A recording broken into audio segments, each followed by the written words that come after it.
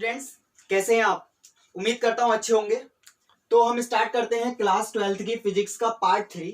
अब तक पार्ट 2 में हम पढ़ा चुके हैं वैद्युत आवेश के बारे में। अध्याय 1 है, उसका नाम है वैद्युत आवेश तथा क्षेत्र। जिसने पहले ये वीडियो नहीं देखी है, जिसने पहला और दूसरा पार्ट नहीं देखा है, आज पहली बार हमारे चैनल पर आए हैं, तो आप पिछले वीडियोस को देख सकते हैं। पार्ट 1 और पार्ट 2 देख सकते हैं क्लास 12th की फिजिक्स का। आज पार्ट 3 है। पार्ट 3 के अंदर हम स्टार्ट कर रहे हैं, पहला हेडिंग अपना माध्यम का परावैद्युतांक। ठीक है, इससे पहले हमने जो पढ़ा है वो फॉर्मूला पढ़ा था, F बराबर 1/4 pi epsilon not Q1 Q2 upon R square. ये जो फॉर्मूला पढ़ा था, इस फॉर्मूले के अंदर हमने एप्सिलॉन नॉट एक वर्ड आया था और इस एप्सिलॉन नॉट को बोलते हैं हम वायु अथवा निर्वात की वैद्युतशीलता। क्या होती है? वायु अथवा निर्वात की वैद्युतशीलता। तो ये जो फॉर्मूला था, ये था जब हमारे पास निर्वात होता है तब हम ज्ञात करते हैं F का मान। तो इसे यूज करते हैं F बराबर 1/4 pi epsilon not Q1 Q2 upon R square. और इसमें हमने बताया था कि इसमें दो बिंदु आवेश होते हैं, Q1 और Q2। बिंदु आवेश के बारे में बताया था। इनके बीच की दूरी होती है R। इनके बीच की दूरी क्या होती है? R होती है। क्लियर? यहां तक आप समझ चुके थे। अब इसके अंदर हमें करना क्या है कि माध्यम का परावैद्युतांक ज्ञात करना है। अब निर्वात या फिर वायु में था, अब निर्वात और वायु के अलावा कोई माध्यम अगर दे रखा होगा तब हम किस तरीके से F की वैल्यू फाइंड करेंगे, ये हमको इसके अंदर समझना। तो देख लीजिए, हमने माना कि ये जो टोटल हमारे पास Q1 और Q2 दो आवेश हैं, इनके बीच हमने मान लिया कि माना जो वैद्युतशीलता है, वैद्युतशीलता किस चीज की? माध्यम की। माना माध्यम की वैद्युतशीलता एप्सिलॉन है। क्या है? एप्सिलॉन है। ध्यान रखना कि निर्वात की या वायु की वैद्युतशीलता होती है, उसको बोलते हैं हम एप्सिलॉन नॉट या एप्सिलॉन 0। ठीक है, और माध्यम है, माध्यम की वैद्युतशीलता हमने मान ली एप्सिलॉन है। क्लियर? और इसका जो परावैद्युतांक है, परावैद्युतांक जो होता है वो होता है K। क्या है? परावैद्युतांक K है। ठीक है, तब हम देखते हैं कि इसमें क्या संबंध आता है।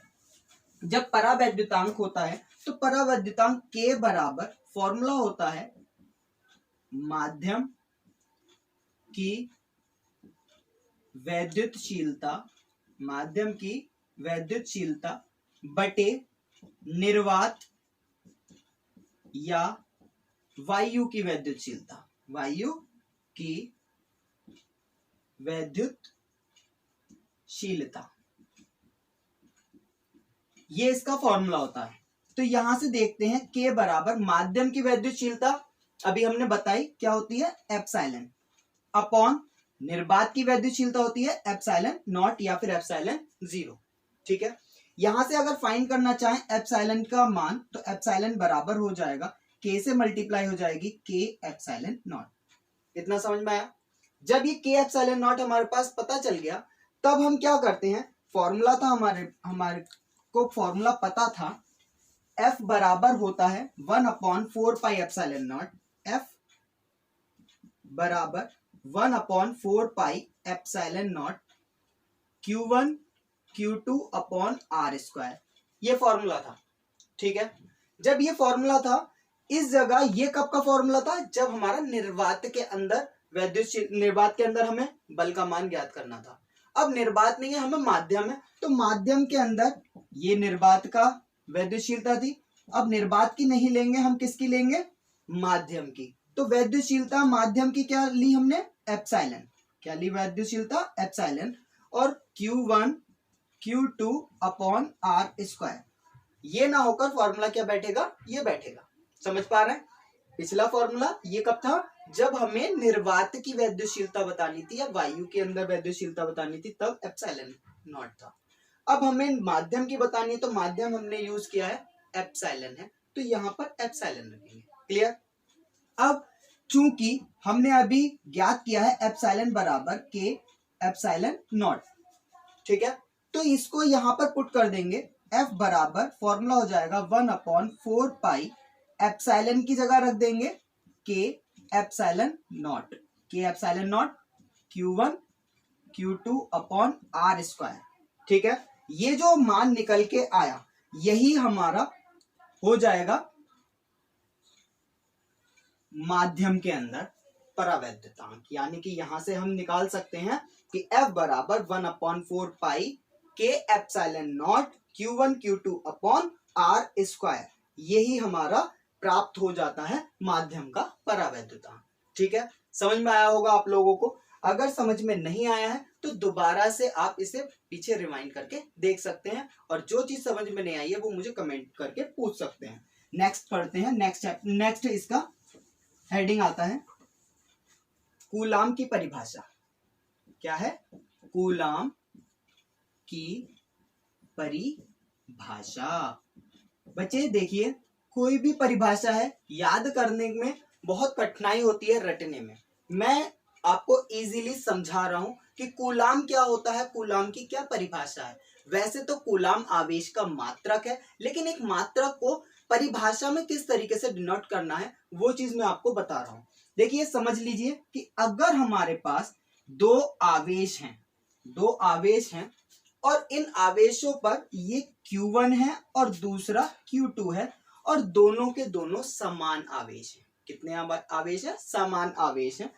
समान का मतलब इनके मान दोनों बराबर हैं, और इनके बीच की दूरी को अगर हम 1 मीटर ले लें, क्या ले लें? 1 मीटर। ठीक है, समझ पा रहे हैं? फिर से समझ लीजिए कि अगर दो आवेश दे रखे हैं हमको Q1 और Q2, और इन दोनों आवेशों पर हमें बीच की दूरी क्या है? 1 मीटर ले ली जाए। ठीक है, 1 मीटर ले ली जाए, तब फॉर्मूला जो होता है, फॉर्मूला होता है F बराबर 1/4 pi epsilon not Q1 Q2 upon R square. सही है? ठीक है, ये फॉर्मूला होता है। अब जब हमने इन दोनों को समान ले लिया है, तो समान लेने के बाद हम मान लेते हैं कि माना Q1 और Q2 दोनों बराबर हैं और वो 1 हैं। कितने हैं? 1 हैं। और इनके बीच की जो दूरी है वो भी 1 मीटर है, वो भी 1 मीटर है। जब हमने इसे Q1 Q2 को 1 मान लिया और R जो दूरी है उसे भी 1 मीटर लिया गया है, तब इस वैल्यू को अगर यहां पुट करेंगे तो F बराबर 1/4 पाई एप्सिलॉन नॉट, Q1 की जगह 1 इंटू इसकी जगह भी 1 और अपॉन R की जगह भी हो जाएगा 1 का स्क्वायर, जो कि हमें प्राप्त होगा 1/4 पाई एप्सिलॉन नॉट, 1 बन जा 1 अपॉन 1, या फिर लिख सकते हैं, यहां से हम लिख सकते हैं F बराबर हमें प्राप्त हो जाएगा 1/4 पाई एप्सिलॉन नॉट। क्लियर? जब ये चीज प्राप्त हो गई हमें, इसका मान हम पीछे निकाल चुके हैं। क्या होता है इसका मान? F बराबर 9 इंटू 10 की पावर 9, और ये क्या है? F बल है, और बल का मात्रक होता है न्यूटन। बल का मात्रक क्या होता है? न्यूटन। क्लियर? इतनी बात समझ में आई? जब ये चीज हमें पता चल गई कि F हमारे पास 9 गुणा 10 की पावर 9 न्यूटन है, तब कूलाम का जो डेफिनेशन होगी, वो कूलाम की डेफिनेशन क्या होगी वो देख लेते हैं। कूलाम की डेफिनेशन होगी एक कूलाम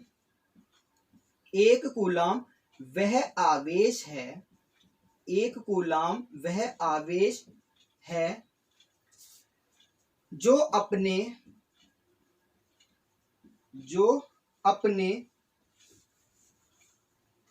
से 1 मीटर की दूरी पर स्थित 1 मीटर की दूरी पर स्थित आवेश 1 मीटर दूरी पर स्थित आवेश के परिमाण तथा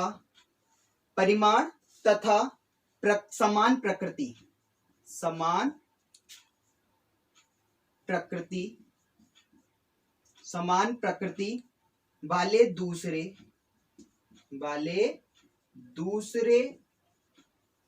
आवेश पर 9 गुणा 10 की पावर 9 न्यूटन का बल लगा रहा हो। समझ में आया?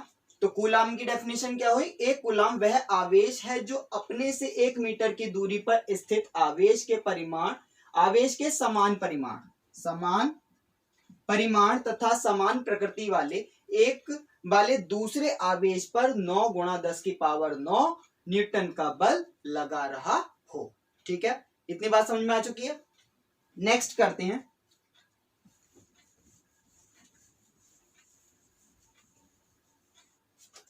नेक्स्ट, कूलाम के नियम का सदिश स्वरूप। कूलाम के नियम का सदिश स्वरूप क्या है?